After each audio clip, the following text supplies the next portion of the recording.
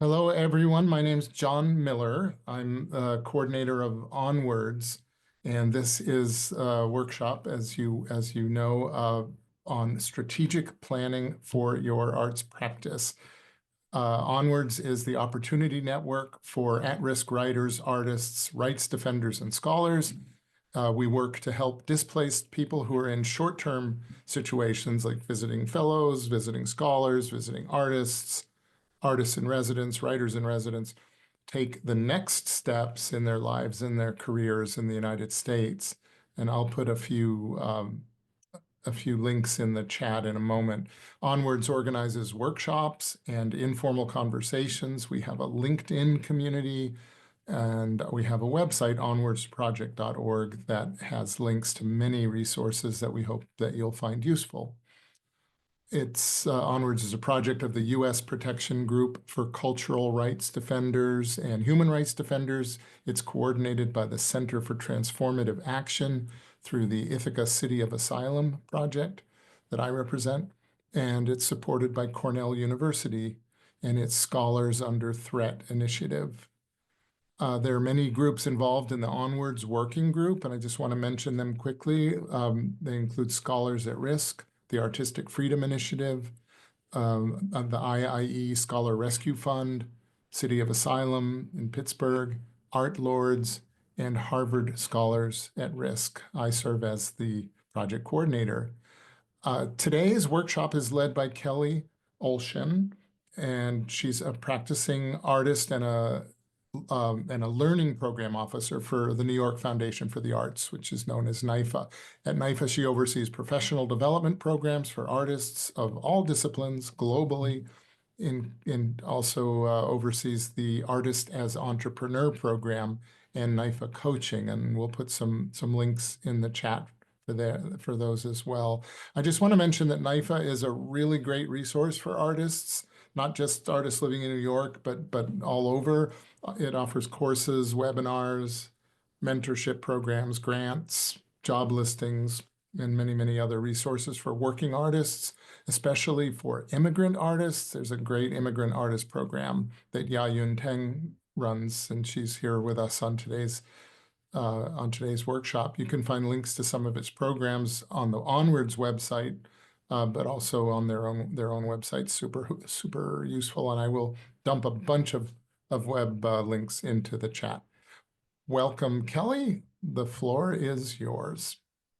Thank you so much, John, for that lovely introduction, and really happy to be here and get to know you all a little bit. Um, so as John mentioned, I'm going to be kind of facilitating, moderating this workshop, and I'm joined by my colleague Ya-Yun Ting, who I want to shout out, who will be facilitating the chat, and you'll hear from a little bit later to talk more in depth about the Immigrant Artist program that she runs. So with that, I am going to share my screen and we can dive into the PowerPoint I put together. Okay, can everyone see that all right? Great.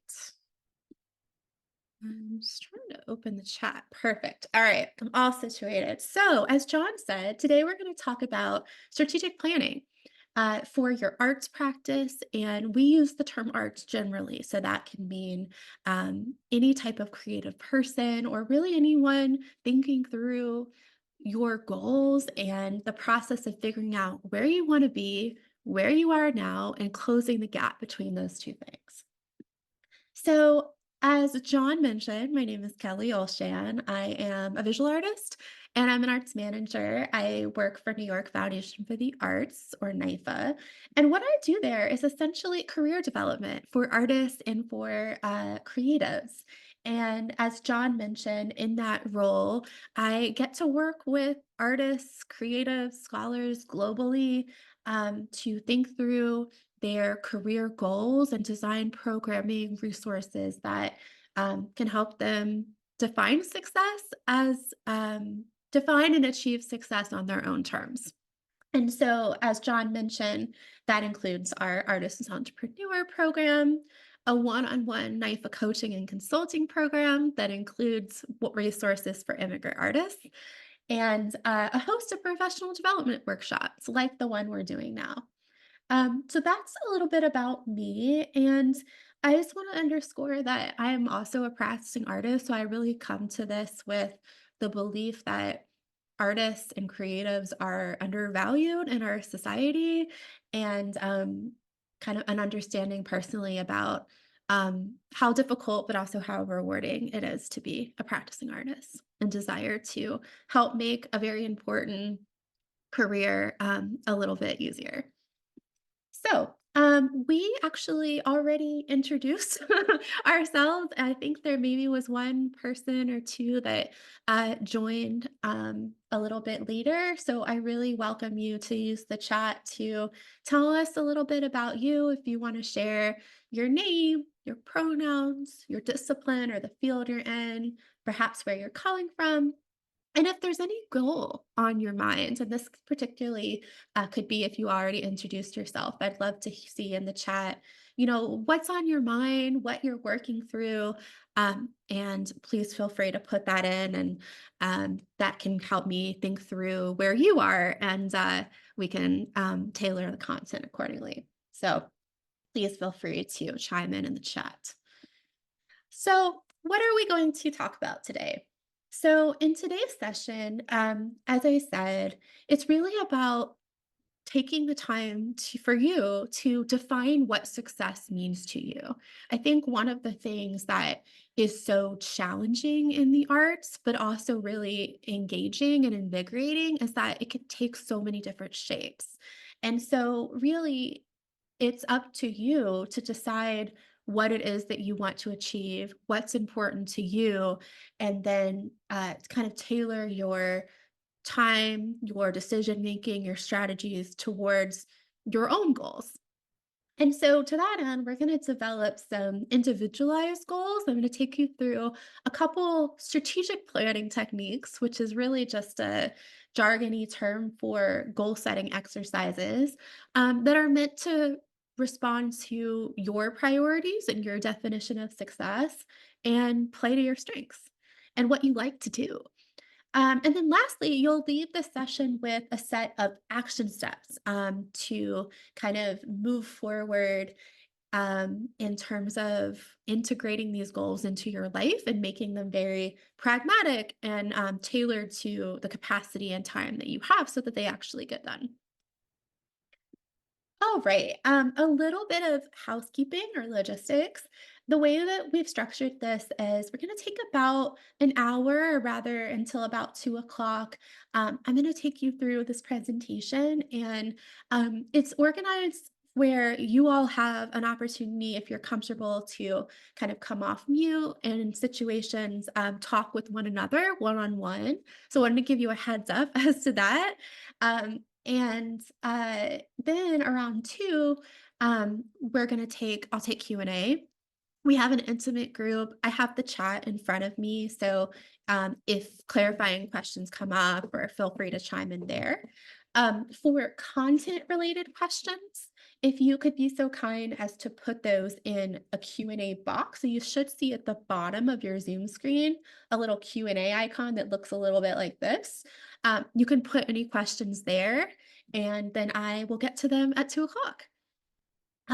And lastly, as John mentioned, this session is being recorded, and we did this so that it's available to anyone who isn't able to join live. So, hello to those who are watching the recording, and we'll share that after the session. I want to invite you all, before we dive in, to grab a notebook or something to write with. Some of this is going to be interactive, and encourage you to kind of follow along and take notes. It could I'm a Luddite. I love pen and paper, so notebook works great. But if you prefer to work on a computer or a digital device, that's great too.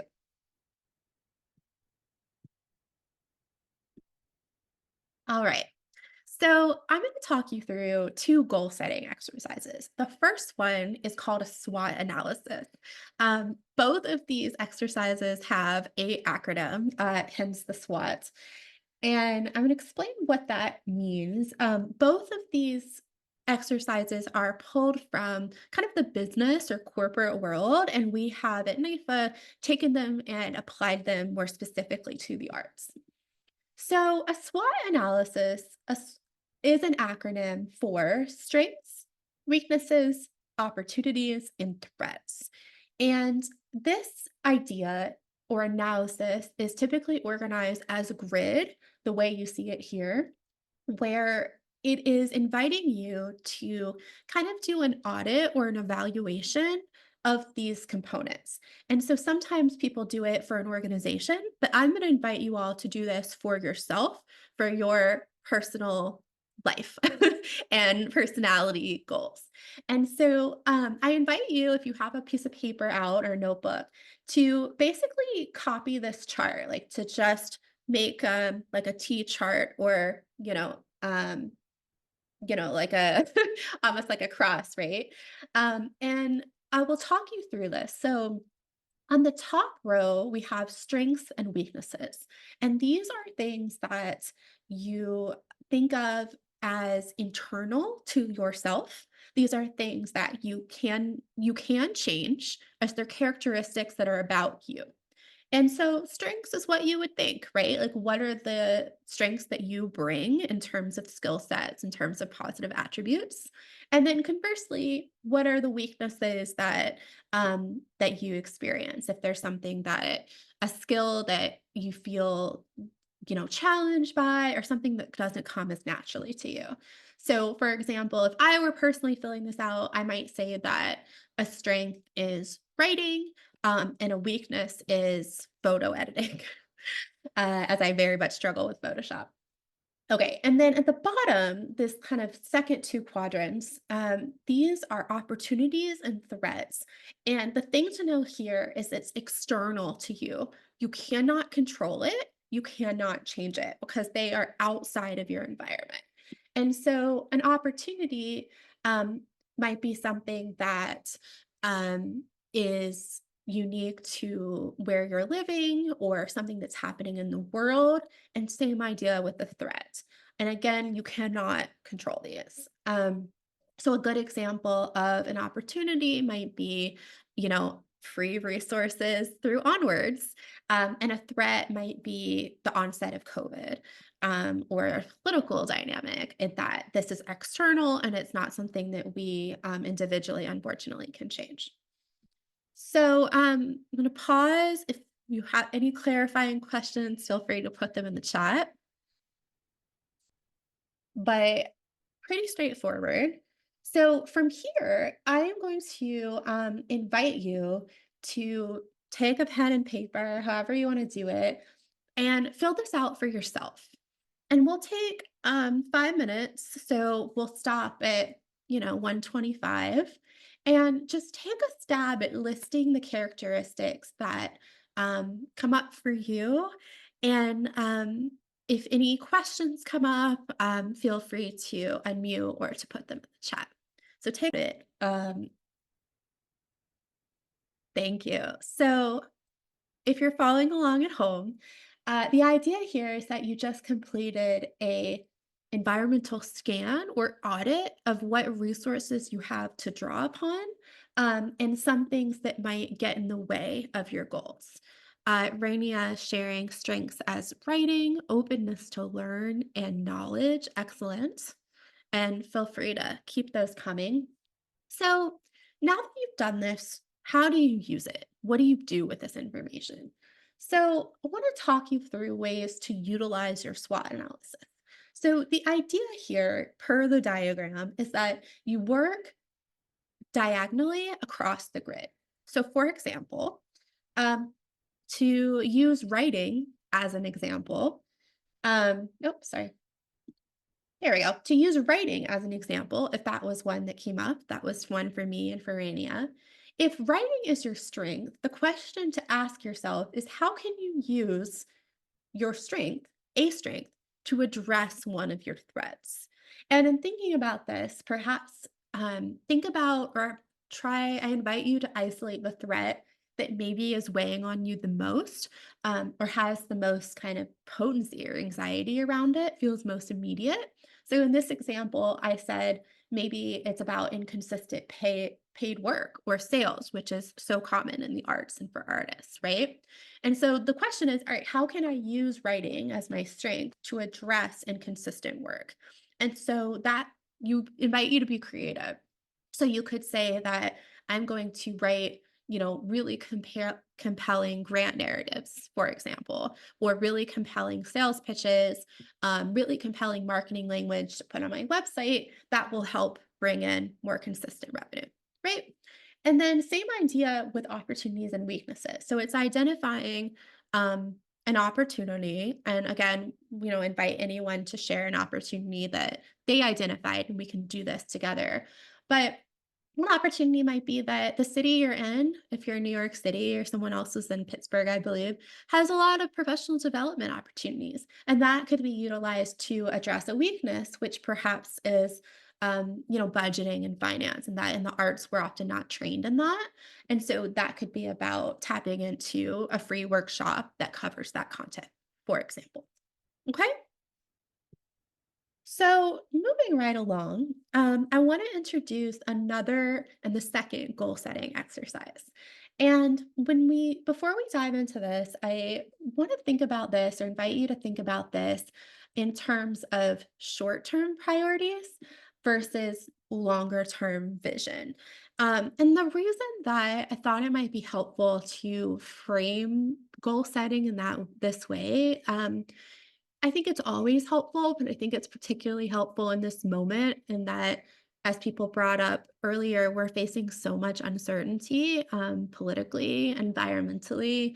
And imagine that some of the difficulty around goal setting is there's things that feel like you need to tackle or you're dealing with just to get through the day or the week or the month. And then there's also, the longer term vision for why we're doing that work in the first place. And so, for example, let's say that for the short term priorities, the question I want to ask you all is, what are the things that you might need to feel secure in the immediate future?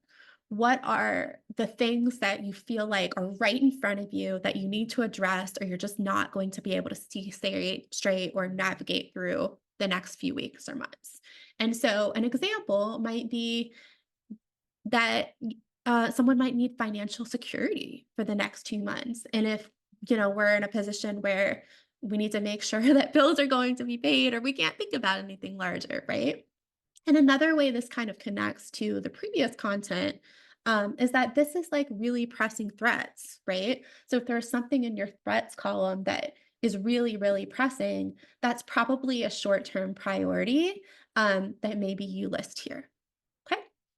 And then the more fun component is the longer term vision. That's what success means to you, what you're working towards, the thing that excites you, the things that you want to contribute to the world. Um, this is the bigger vision that you're working toward. And so I ask you all to think about, what is that bigger vision that you are working towards? And take a stop at thinking about that and writing that down. So, for example, might be, I want to be able to stay in America and practice my art. I want to feel as successful as I did in my home country, like just big ideas that kind of come to the core of what you're doing in the field. So, keeping those short-term and long-term goals in mind or ideas in mind, I want to introduce yet another acronym that's called SMART goals. And so, SMART stands for specific, measurable, attainable, relevant, and time bound. And essentially, this is a tool to kind of reframe goals that might feel very general or hard to tackle and translate it to these metrics to make them specific, measurable, etc. To help them be more achievable. So it's really just like a mechanism to help make goals more digestible, achievable, actionable. So, I'm going to explain this again by way of example and pulling upon the examples that I referenced earlier. So, and invite you to kind of to think about what this means for you. So, for example, let's say that your short term priority is to ensure financial security for the immediate future. The challenge with that priority is I don't know what financial security means. Sometimes we tell ourselves that we have a goal. Oh, I want to be financially secure, but we don't define for ourselves what financial security means. And what is challenging about that is if you don't know what it means in specific terms, it's harder to pursue it, but it's also harder to know when you've done it. Something I personally really experience is constantly feeling like maybe I'm not successful enough or I haven't done enough. I don't know if that resonates with anyone else, but it's pretty common in the arts, especially. And the beauty of being really specific is you can look back and say, I did it, and let yourself off the hook, which can be really important because so much of goal setting is just like the stress of feeling like maybe you're never enough or that you can never do enough. So, if someone came to me and said, I want to ensure financial security for the immediate future, I would have some questions. Okay. I want to know, what does financial security mean in specific terms? What does immediate future mean? Is that a week? Is that a month? Is that a year? And for this measurable point, I'd want to know, I'd really encourage like putting dollar amounts to it so you know what that means.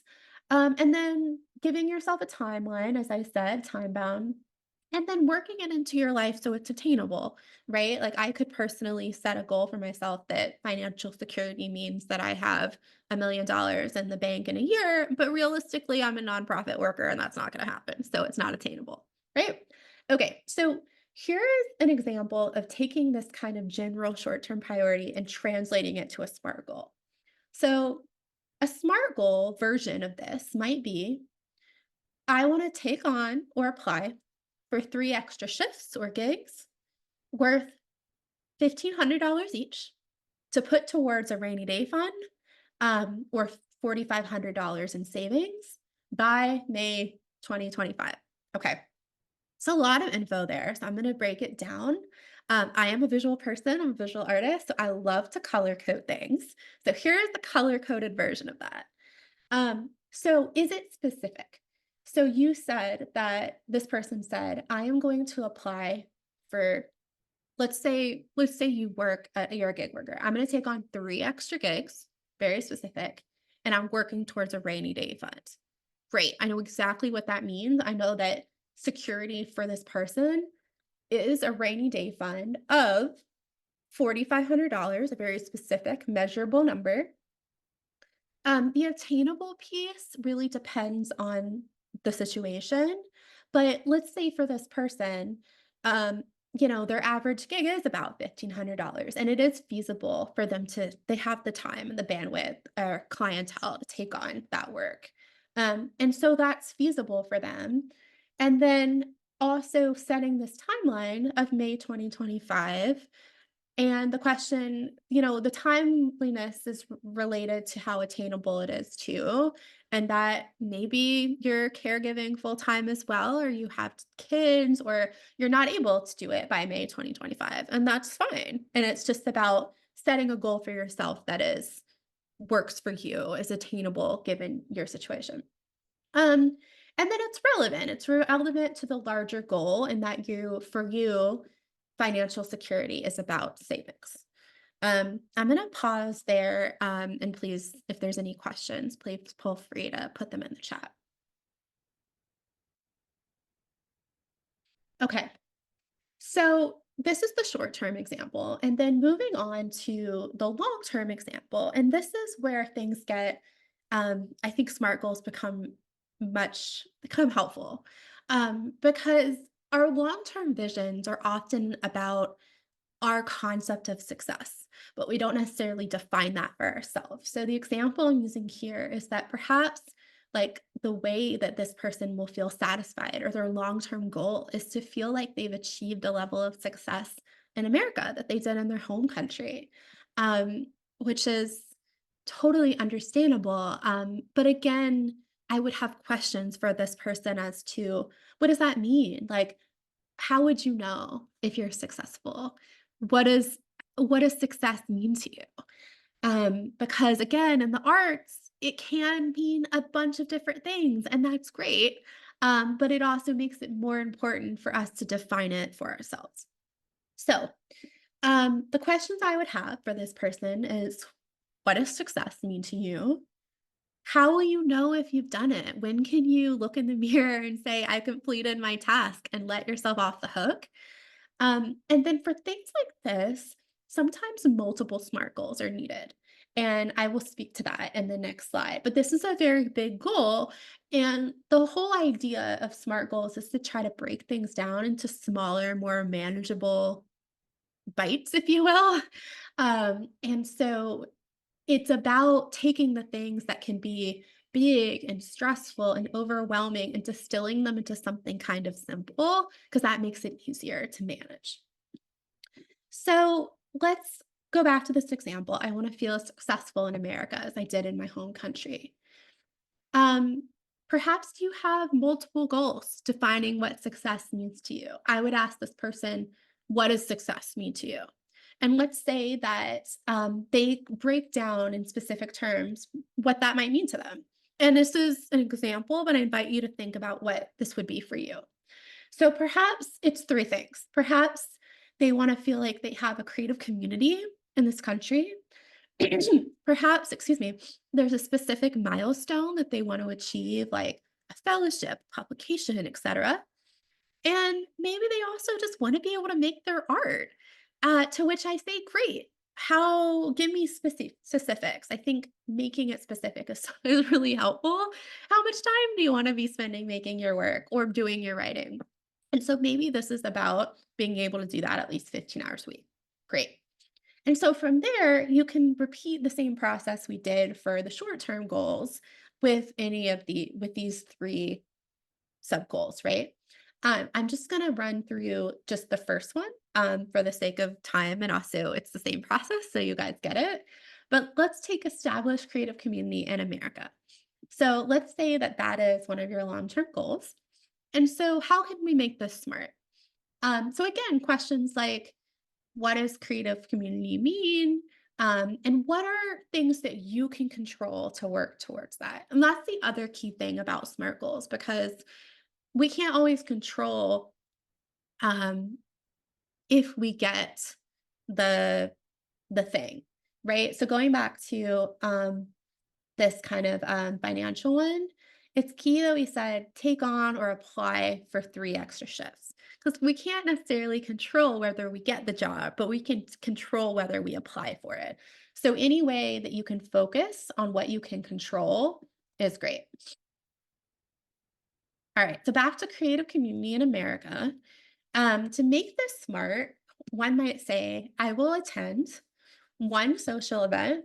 Maybe that's an opening, an exhibition reading, etc., whatever makes sense for your field, as well as one-on-one meeting with a creative connection each month. And I'm going to do that from March to August of this year, so 6 months. Okay, again, a lot of like color coded details here, but basically what you're saying is um, I'm going to once a month engage in a group setting and engage in a one on one setting. And this is going to work towards my creative community. I can't control, that's what I can control. I can do these two concrete tasks and I can do them every month and I can do it for 6 months. And the time bound piece can be really helpful here in that maybe you don't have the bandwidth to do this for the rest of your life. And maybe you don't need to because you do this for 6 months, you have a creative community and mission accomplished. Um, and last thing I'll say here is that the attainable piece in this case really comes down to the timeline. Like, do you feel like that's something you could commit to once a month? And if the answer is no, that's fine. You just change it to what works for you. Maybe you just do one of those things once a month instead of both. Okay. So as you probably have intuited, I am going to ask you to create your own SMART goal. So if you have a piece of paper, um, I would invite you to draft your own. And you want to do your best to make sure it's specific, measurable, attainable, relevant, and time bound. I find it helpful to kind of just jot down the general idea first and then work towards a SMART goal like I showed before, but totally up to you. So I am going to give you a few minutes. Let's do, I don't know if you need the full 5 minutes. So let's go and let's do 3 minutes. And we'll do until 1:45. We're inviting you all. We're inviting you all to take a stab at writing a SMART goal or a goal that meets these characteristics. Um, we are going to take a 5 minute break. So take a screen break. And when we come back, we're going to invite you to work one on one in pairs through breakout groups. So if that's of interest to you, just a heads up, should you want to do anything to get audio or camera ready. And we will see you in 5 minutes. Please be back at 1:50. So as you rejoin, I'm going to invite you, or rather, we are going to, if you're open to it, put you in pairs to talk through your SMART goal. Okay, and so you're going to have 10 minutes total, and with your partner, we will ask that each of you share your SMART goal. And so you'll each take 5 minutes and switch. So if Yayun and I are in a group, I will share, I'll have 5 minutes, and then Yayun will share, and she will have 5 minutes. And so um, for the person that is presenting, so if I'm sharing my SMART goal, my partner or Yayun in this example is going to listen and then try to assess if it is SMART. And if it's not, let's say there's no measurable component, then Yayun can say, hey, I think you could, insert this component. And then you'll switch and do the same with your partner. Are there any questions on this? And if you would prefer to not be put in a group or a pair, feel free to direct message us. Okay, so we're going to take 10 minutes. My colleague Yayun is going to put you in breakout groups. So you'll be portaled to a separate Zoom room with a partner. You don't need to do anything to get there, and you don't need to do anything to come back. We'll handle that. And so you'll have 10 minutes. So we'll open them momentarily, and then we'll come back at roughly 2:02. Cool. So I am going to assign you guys. So momentarily, you will be moved from this room to a different digital room. Okay. Do that very quickly.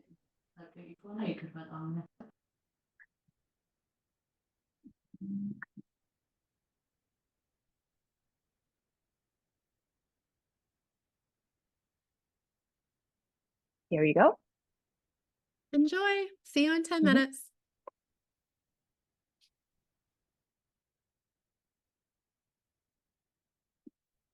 We'll get started. Hello, everyone. Welcome back. I hope you had some great conversation. Sounds like you did. And so now I'm going to transition a little bit to what's next. Now that you drafted a goal, gotten some feedback, um, now it's about taking those goals and setting action steps. So I ask you, based on your SMART goal, what is the next step for you? And invite you to name 1 to 3 concrete action steps that you will take. And if anyone is interested in sharing their SMART goal, we can demo this together.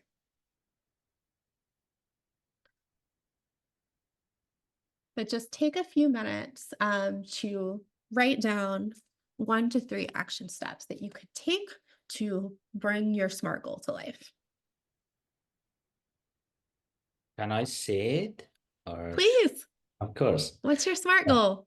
Yeah. So writing a novel hopefully get it finished till the beginning of summer, and then finding a translator, the second step. And the third step would be to find a publisher for it. Great. And is this your SMART goal or your action steps? I think it is, I don't know. I'm not sure I'm able to distinguish between two. Maybe you will help me to see whether they are the actions, or we can say that they are SMART goals as well. Excellent. Thank you for being willing to use yourself as an example. This is great. So you said that you want to write a novel and finish it by the end of summer. The last thing you said was find a publisher, and remind me, there was a second one in between. I Finding a think, translator. yeah, translator, yeah. Great. Okay. So I'm just writing these down and I'm going to put them in the chat so we can follow along. So these are, I think that we can break these down into something more specific. So if we go back to the SMART goals as an example, let's take writing a novel and finishing it by the end of the summer. So I would love to know, like, let's take it into things that you can control. So it is time bound, right? You have it by the end of the summer. When are you going to do your writing? You mean the starting time point, or? Yeah. Are you Yeah, going to? April. I will Uh, start literally, I will start writing it on April. I will start writing, and then I will see when can I finish it, but hopefully maybe in 3 or 4 months. okay. Mhm. Okay. And so really we're breaking this down. So you're going to have 4 months of dedicated writing time. In order to finish this novel in 4 months, how many hours a week or specific days of the week might you be able to allocate towards writing during those 4 months? Mhm. It's a question to you. Okay, good. I am thinking about weekends Mm-hmm. and also early mornings in like normal weekdays. Uh-huh. Maybe from 6 to 7 or 8, 1 or 2 hours a day, Uh-huh. but maybe 4 or 5 hours in the weekends, in one of the weekends, like Okay. Saturday or Sunday. I will be flexible about that. Uh-huh. Great. Okay.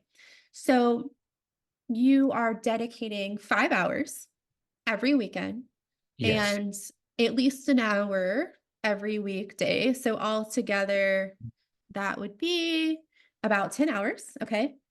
So you're going to dedicate 10 hours a week to writing your novel between the times of, for 4 months, right? Between the times of April and the end of the summer, April, May, June, July, right? Okay. Yes. So I'm going to put in the chat what we just came up with, and I want you to just kind of note the specificity here. All right. So your SMART goal, we started with, I want to write a novel by the end of the summer. And then we're kind of using the SMART goal prompts to say, I'm going to dedicate 10 hours a week, 5 every weekend, and an hour during the weekday to writing a novel for 4 months, April through July. And do you see how that starts to make things really specific, measurable, rooted in time? Mm, So I'm sorry, can you ask the question again? Sure, sorry. Sorry. Um, I put a SMART goal version of Okay. your desire to write a novel in the chat Okay, good. based on what you said. So now it reads, dedicate 10 hours a week with Mm, these specific times to writing my novel for yeah. 4 months between April and July. Mm. So do you see how the question to you is, do you see how we took something that's a little bit more general and made it really specific using some of these, like the SMART prompts. Is that making sense to you? Yeah, actually, yeah, it was very general, but I think I using these measures, so it is now more specific, if I'm getting you correctly. Excellent. So for those of you, like following along, I invite you to kind of go through the same process if you had a more general goal. And then that takes us back to the action steps. And thank you so much for letting us use you as an example. Well, I would invite you, based on this updated SMART goal, what is the next step for you? Like, is there anything that, like the translator and the publisher, that's going to come later? But looking at this kind of specific time for writing, is there anything that needs to happen to make that possible? For example, maybe there's other things in your life that you need to get done before to make sure that you have those 10 hours a week for those 4 months, right? So asking you, is there any action step that needs to happen to support this SMART goal? I think according to like my schedules, I have come to this conclusion that I have schedule. Of course, I'm working, but I'm sure I will have this time. I'm 100% sure that I will have this time that I have put together here in this SMART goal. And the only concern is the unpredicted interruptions. So otherwise, this is almost concrete. So I will have this time to write it. I have done my researches. It may be more than 2 years that I'm doing a lot of researches for the novel. Just I have to wrap it up in like 3-4 months. Amazing. So I heard you say that you feel confident this is attainable for you, which is part of the SMART components. And then for you, based on what you just said, I would recommend the following 2 action steps. Mhm. You already feel like I got the time, this is feasible for me. Put it in your calendar. It's simple, but just, putting it in a Google Calendar if you use a digital or your planner, and then trying to control for interruptions. Maybe it's telling the people in your life that I really want to get this this novel done. I am focused on this for this time and I'm not going to be available. Or if it's a personal relationship, please support me by, helping me make sure that I am not interrupting me, basically. Mhm. Excellent. Okay, thank you so much, and best of luck with your novel. Um, so perhaps everyone else at the stage has had a moment to kind of think about 1 to 3 action steps that you could take.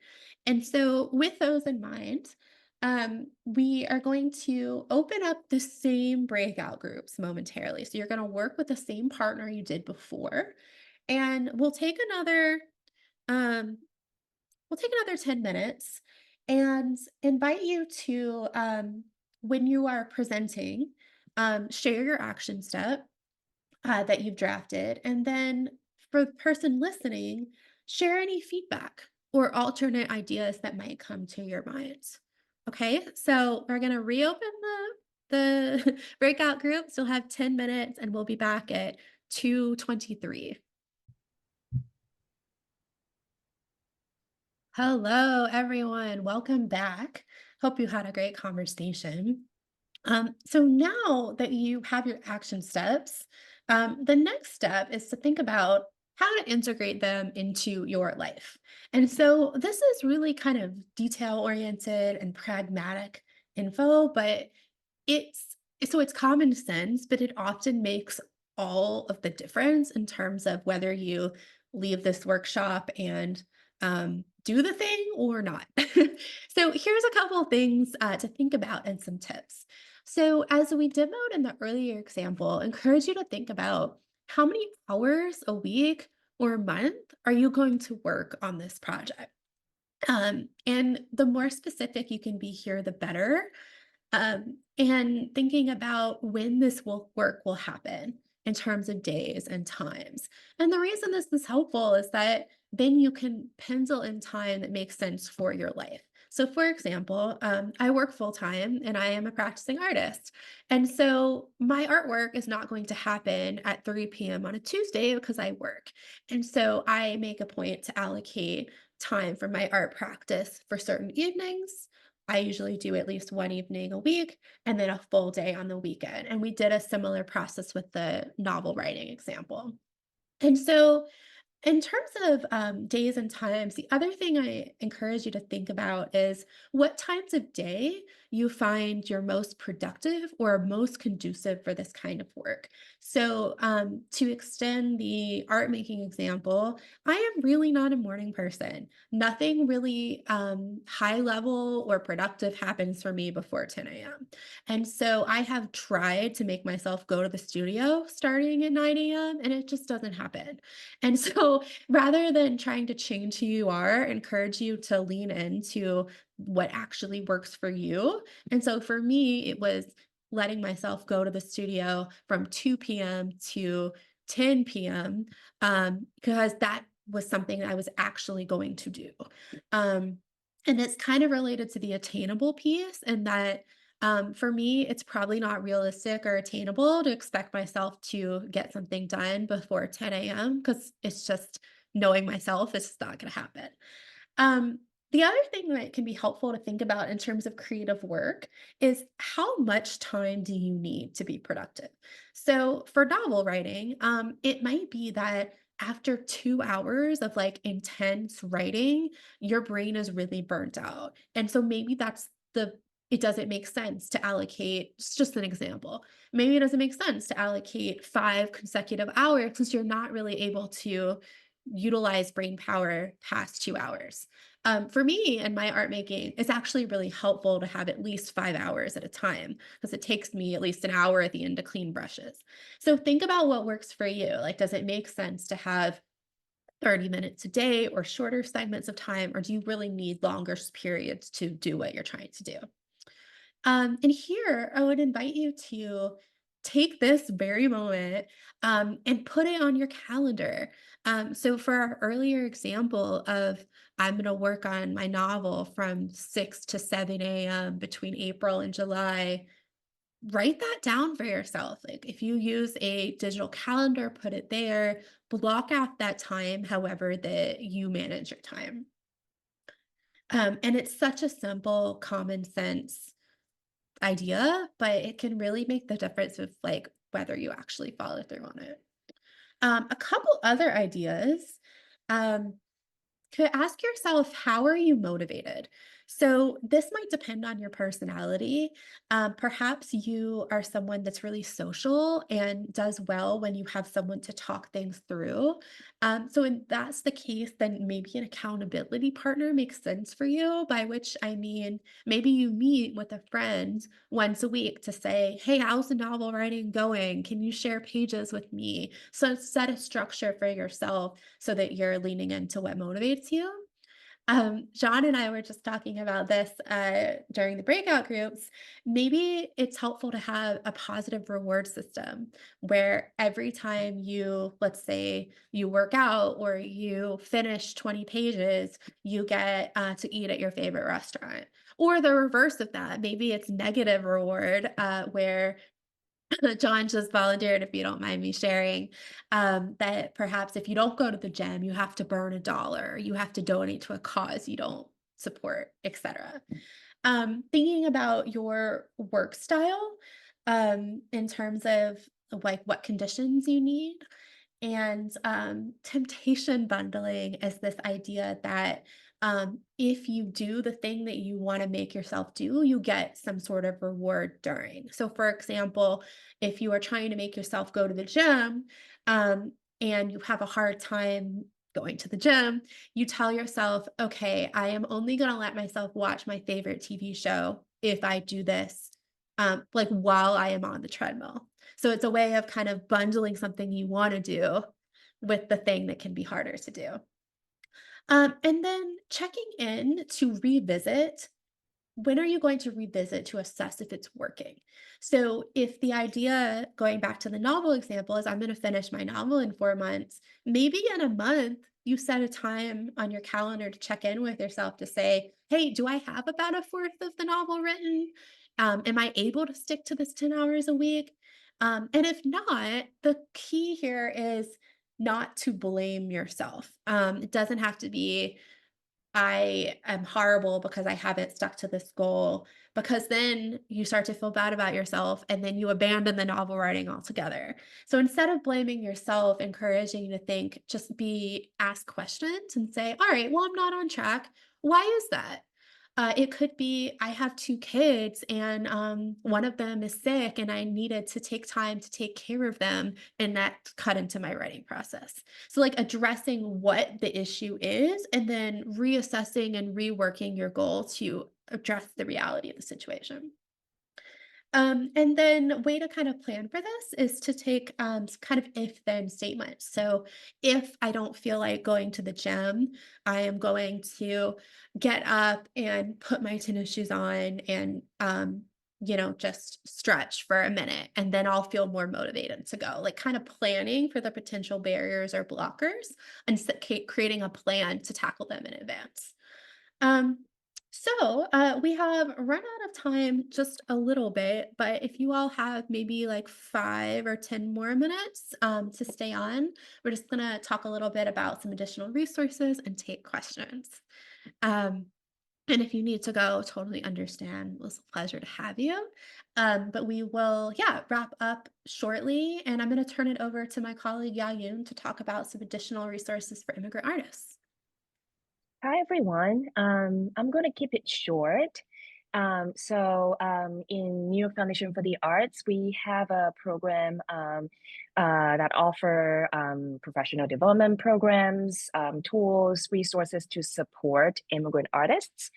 I encourage you to go onto our website, which I will drop here. And what you will find is a list of directory that guide you to maybe, more art making resources around the United States. And also you can find resources that are supporting your well-being. For example, looking for affordable housing, getting affordable healthcare, etc. We do have a free monthly newsletter. I will also drop the link. You can subscribe it so you will be more on the nose of what's upcoming. And also we share, relevant opportunities outside of NYFA to our readers. Public programs, I also drop the link so professional development programs like this, when are they coming up?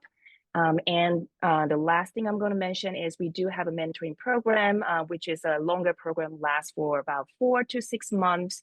In New York City, it usually, the open call usually take place in early fall.